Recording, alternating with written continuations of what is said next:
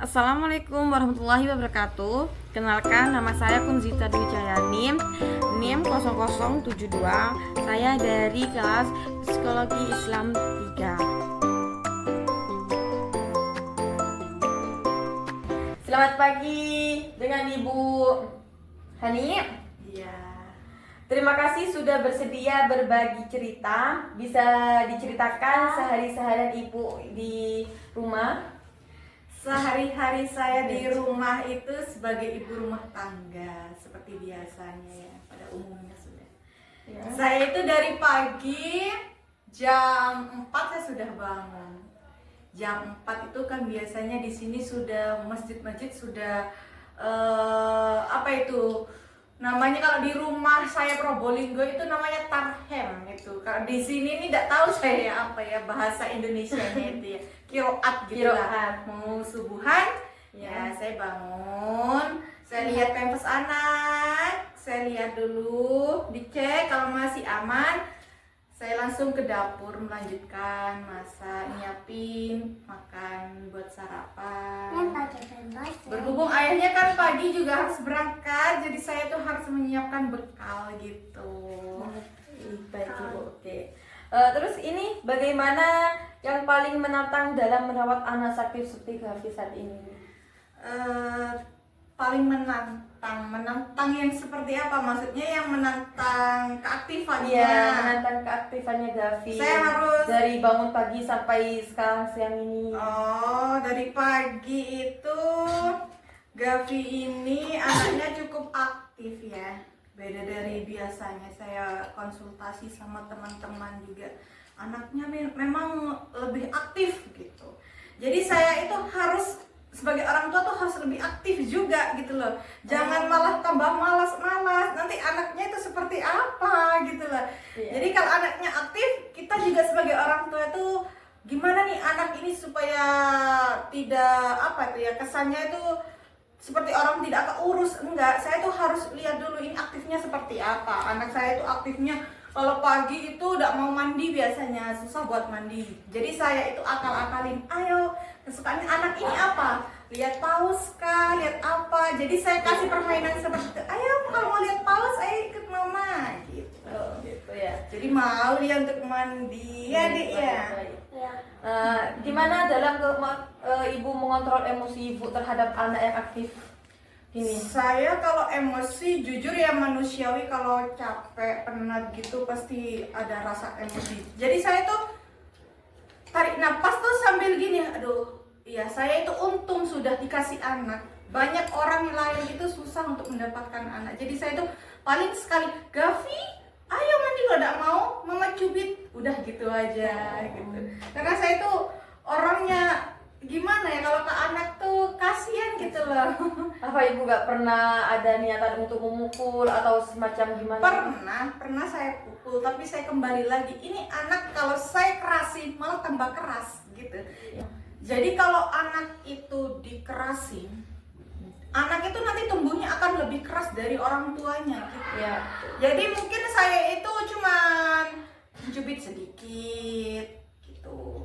Dengan cara lembut, kasar atau gimana Ibu? Sedang-sedang sih tergantung. Tapi Iya. nggak pernah sejauh ini nggak pernah yang brutal kasar banget, enggak sih. Iya. Ya. Sekarang setiap hari mesti selalu bareng ya Bu. Mungkin Ibu ada momen Ibu membuat Ibu merasa semua perjuangan ini sepadan. Momen yang terharu, yang senang gitu. Momen yang terharu ketika saya itu lagi enak-enak masak terus ketumpahan minyak sedikit. Anak saya ini karena masih umur hampir 3 tahun ya, menurut saya itu sudah menyentuh hati saya gitu. Anak sekecil itu sudah mengerti kelembutan hatinya tuh loh. Langsung ke mama kenapa? Nggak apa-apa, mama sakit, pelan-pelan ya, seperti itu. Terus kening saya tadi cium, mama sudah sembuh ya. Jadi saya dalam hati, oh ini anak kok bisa, seperti itu kan, dia masih umur segitu 3 tahun, 3 masih tahun. kurang. Oh, berarti anak ini diam-diam juga apa ya, diam-diam juga Dia itu tuh menilai iya, gitu loh.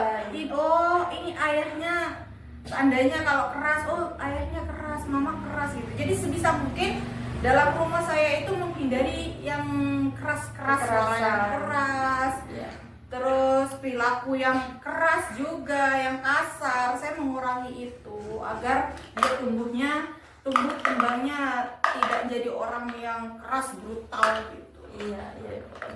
Ini mungkin Ibu ada pesan yang ingin disampaikan ke ibu-ibu lain yang mungkin mengalami hal serupa seperti Ibu saat ini.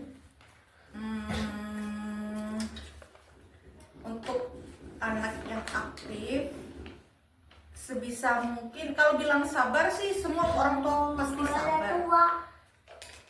Sebisa mungkin kita cari celahnya. Ini anak aktifnya kenapa?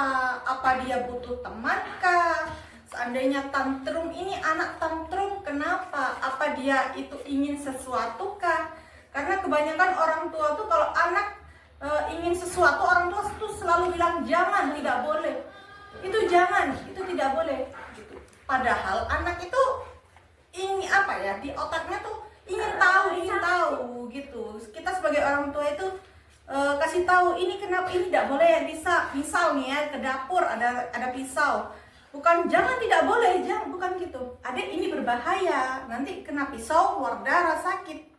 Seperti itu. Oke. Terima kasih Bu. Mungkin hanya pesan dari Ibu bisa saya tanggapi ya. Terima kasih sudah meluangkan waktunya. Ya, sama-sama. Baik, di sini saya akan menjelaskan hasil dari wawancara saya dari video tersebut. Di sini terdapat nilai-nilai dan pengaruh terhadap kesehatan mental dalam perjuangan emosional seorang ibu yang merawat anak aktif di tengah kesibukan hari-hari. Nah, di sini saya akan menjelaskan nilai-nilai yang terkandung, yaitu ada kasih sayang dan pengorbanan. Nah, seorang ibu itu menunjukkan cinta tanpa syarat melalui perhatian dan pengorbanan seperti meluangkan waktu, tenaga, dan juga emosi demi kesehatan, kesejahteraan pada anaknya. Dan juga kedua ini ada tanggung jawab dan dedikasi, yang dimana peran seorang ibu itu ditopang oleh rasa tanggung jawab. Nah, tanggung jawabnya itu tinggi untuk mendampingin tumbuh kembangnya seorang anak agar anak ini memiliki daya tinggi pemikiran, kesehatan, pertumbuhannya itu terjaga dengan sehat gitu. Dan juga ketiga ini ketekunan dan kesabaran. Nah, untuk merawat anak yang aktif, super aktif ya, menuntut kesabaran ekstra, yang dimana ibu ini tetap konsisten dalam mengasuh seorang anaknya seperti itu. Dan juga keempat ini keteguhan dalam peran ganda. Seorang ibu dan rumah tangga itu peran ganda ya. Nah, di sini dalam pengasuhan harus seorang istri ya juga ya, seharus profesional dan individu pribadi mencerminkan nilai keteguhan dan ketangguhan seorang perempuan dalam ibu rumah tangga seperti itu. Dan selanjutnya ada pengaruh terhadap kesehatan mental ibu. Nah, di sini ada resiko stres yang dimana aktifnya yang padat, terdapat anak dan tanggung jawab seorang ibu rumah tangga seperti itu. Double ya. Dan yang kedua ini ada kecemasan dan rasa bersalah. Nah, ibu ini kan sering kali tuh ya merasa bersalah karena merasa pertama ada resiko stres dan kelelahan emosional. Nah, yang dimana ini aktifnya yang padat ditambah anak yang super aktif, apalagi anak yang membutuhkan perhatian lebih. Nah, itu sebabnya ibu ini akan mendapatkan kesetresan yang kepanjangan seperti itu. Dan selanjutnya yang kedua, kecemasan dan rasa bersalah.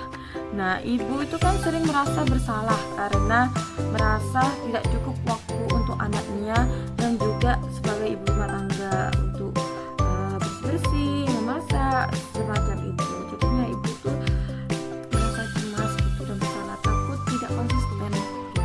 Dan selanjutnya ketiga tuh ada penurunan kesejahteraan emosional. Nah, di sini yang dimaksud itu kurangnya waktu untuk dirinya sendiri, untuk kepribadiannya, seperti untuk memperawat diri. Intinya buat dirinya sendiri itu kurang gitu. Makanya di sini kan